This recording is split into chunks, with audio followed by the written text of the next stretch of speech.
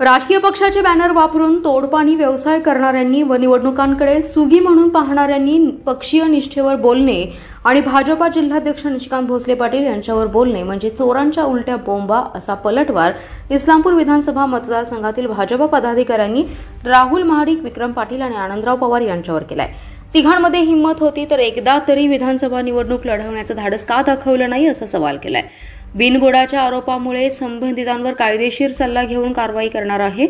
गट म्हणून काम करणाऱ्यांनी स्वतःची कर्तबगारी तपासावी, नंतर निष्ठा शिकवावी असा आरोपही करण्यात आलाय।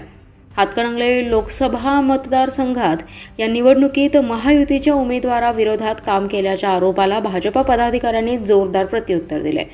तो दौरा सुद्धा आम्ही इस्लामपूर विधानसभा मतदारसंघात 4 ते 5 ठिकाणी त्या ग्रामीण आणि शहरात बैठकीचं आयोजन फार मोठ्या प्रमाणात आम्ही केलं होतं। त्या बैठकीला स्वतः निष्कांत दादा हजर होते। त्याचबरोबर त्यानंतर पक्षाची एक शिस्त आहे आमच्या, आणि पक्षाच्या शिस्तीनुसार प्रत्येक विधानसभा क्षेत्रात आमच्या पक्षाचे पक्ष निरीक्षण म्हणून येतात, आणि ते पक्ष निरीक्षण म्हणून ह्या राज्याचे माजी गृहराज्यमंत्री रणजित पाटील साहेब 3, 4, 5 ते 3 दिवस या इस्लामपूर शहरात वास्तव्याला होते, आणि त्यांना आम्ही त्यांच्या जवळजवळ 27 बैठका आम्ही ग्रामीण आणि शहरात आयोजित केल्या होत्या। आणि पक्षाच्या माणसांना जे पक्ष नेते म्हणून जे नेमलं होतं त्यांना त्याची कल्पना आहे। इथल्या पदाधिकारी आणि निष्कांत दादांनी किती प्रमाणात त्या उमेदवारांचा प्रचार केला, कसं प्रचाराचं नियोजन केलं, हे सगळा आमचा जो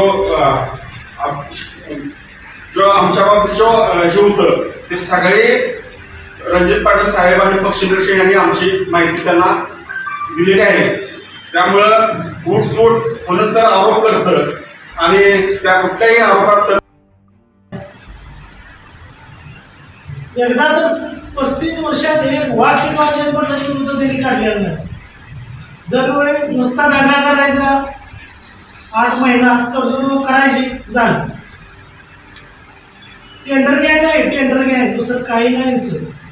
स्वतःच्या लेटर पॅडवर यांनी पत्रकं काढायची, पैसे आणायचं खासदार साहेबांचं, ह्यांनीच पत्रकं काढायची, पैसे आम्ही आणल्यात, टेंडर पण ह्यांनीच घ्यायचे।